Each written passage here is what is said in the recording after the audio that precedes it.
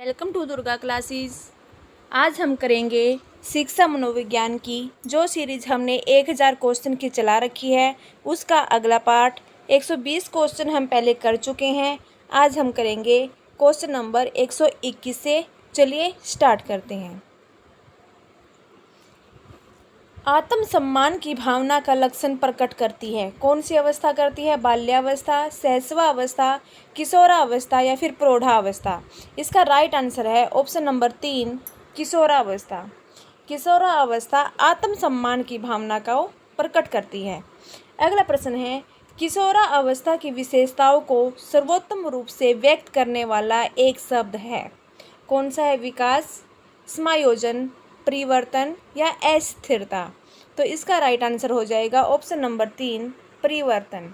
किशोरावस्था में परिवर्तन बहुत ज़्यादा देखने को मिलते हैं, इसलिए यह इसकी सर्वोत्तम विशेषताओं में से एक है।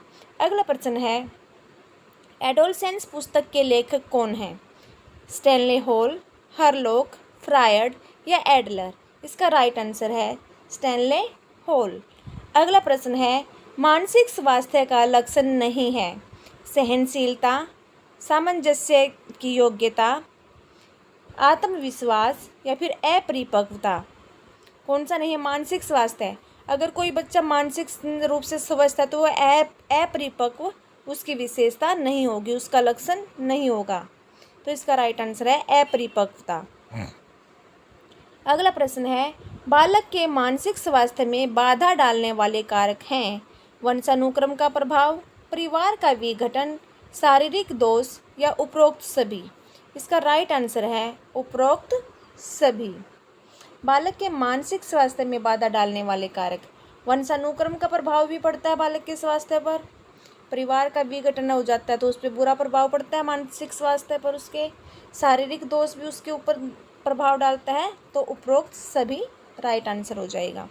अगला प्रश्न है, विद्यालय से पलायन करने वाले बालक के अध्ययन की सबसे उपयुक्त विधि कौन सी है? केस स्टडी विधि, प्रश्नावली विधि, सर्वेक्षण विधि या प्रयोगात्मक विधि। इसका राइट आंसर है ऑप्शन नंबर 1, केस स्टडी विधि। जो बच्चे स्कूल को छोड़कर चले जाते हैं, ऐसे बालकों का अध्ययन करने के लिए हम केस स्टडी विधि का सहारा लेते हैं।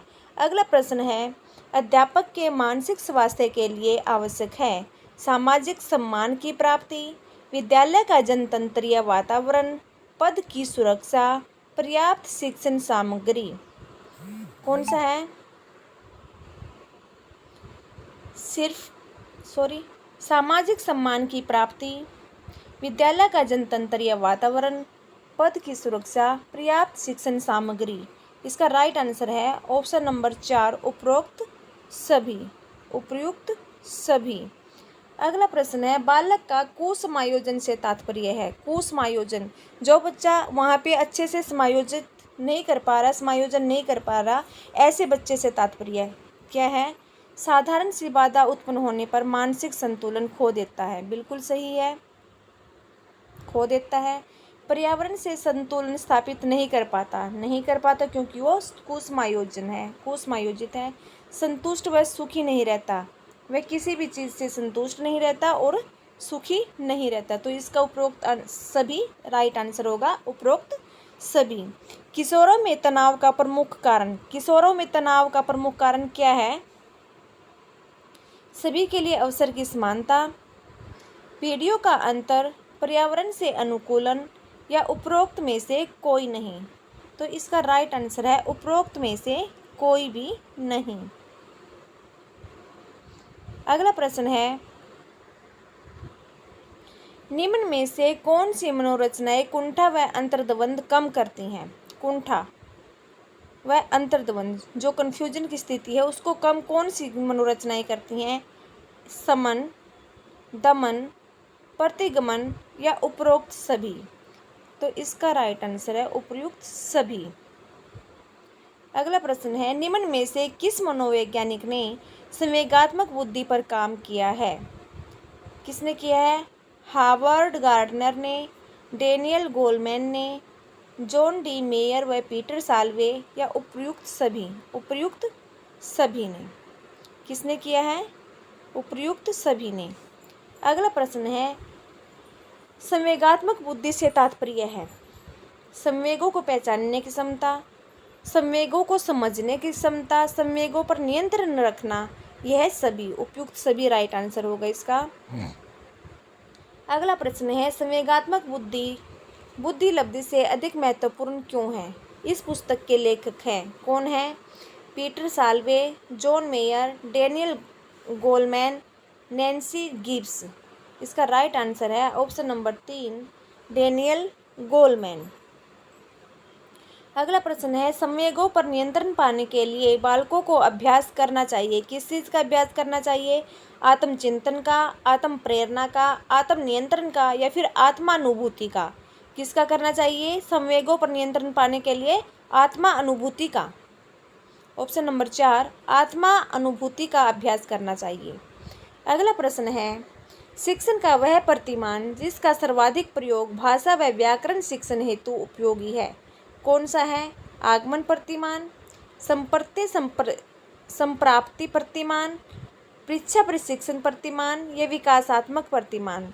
इसका राइट आंसर है ऑप्शन नंबर 2, संप्राप्ति प्रतिमान। अगला प्रश्न है, बालक को कक्षा में नियमित आने के लिए प्रेरित करने का उपयुक्त सुझाव है? डांटना, आलोचना करना, जुर्माना लगाना, या फिर प्रोत्साहन करना? तो इसका राइट आंसर होगा, सकारात्मक जो होगा वो होगा प्रोत्साहन करना। अगर हम बच्चे को प्रोत्साहित करेंगे तो बच्चा जो है नियमित रूप से कक्षा में आने लगेगा। अगर हम उसको डांटेंगे तो बच्चा डरने लगेगा, कक्षा में नहीं आएगा। आलोचना करेंगे तो उसमें निंदा की भावना आ जाएगी। अगर उस पर जुर्माना लगाएंगे तो भी बच्चा क्लास में नहीं आएगा। अगला प्रश्न है, एक अध्यापक सर्व शिक्षण सामग्री के प्रयोग से अपने अध्यापन को कैसा बना सकते हैं? सरल बनाता है, रोचक बनाता है, प्रासंगिक बनाता है, या फिर मनोरंजक बनाता है? इसका राइट आंसर है ऑप्शन नंबर 2, रोचक बनाता है, इंटरेस्टिंग बनाता है। अगला प्रश्न है, निम्न में से कौन सा समूह हार्डवेयर का है? CPU, MS Word, CD, keyboard. अगला है स्कैनर, मॉनिटर, माउस, प्रोसेसर। अगला है MS Excel, scanner, keyboard, printer. अगला है फोटोशॉप, प्रिंटर, माउस, या CD? इसमें से राइट आंसर है स्कैनर, मॉनिटर, माउस और प्रोसेसर। ये सभी कौन से हैं? हार्डवेयर हैं, हार्डवेयर हैं। अगला प्रश्न है, सैटेलाइट इंस्ट्रक्शनल टेलीविज़न एक्सपेरिमेंट कब शुरू किया गया? SITE कब शुरू किया गया? 1 अगस्त 1975 को, 9 नवंबर 1980 को, 20 जून 1975 को, या फिर 17 अगस्त 1990 को? इसका राइट आंसर है 1 अगस्त 1975 को। अगला प्रश्न है, ICT सह शिक्षण विधा प्रयुक्त करने पर क्या होता है? अध्यापक की आवश्यकता नहीं रहेगी, रहेगी, बिल्कुल रहेगी। अध्यापक पर कार्यभार अत्यधिक हो जाएगा, नहीं। अध्यापक की भूमिका सुविधा प्रदाता के रूप में रहेगी, सुविधा प्रदाता के रूप में रहेगी, ये बिल्कुल राइट है। इसका आंसर 3, अध्यापक की जो भूमिका है वो सुविधा प्रदाता के रूप में रहेगी ICT सह शिक्षण विद्या में। चलिए फ्रेंड्स, आज के लिए इतना ही। अगर आपको वीडियो पसंद आई तो प्लीज़ वीडियो को लाइक करना, शेयर करना और चैनल को ज़रूर सब्सक्राइब करना, ताकि ये जो 1000 सीरीज़ क्वेश्चन की सीरीज़ चली है यह आप तक पहुंच सके। चलिए आज के लिए इतना ही। Thank you.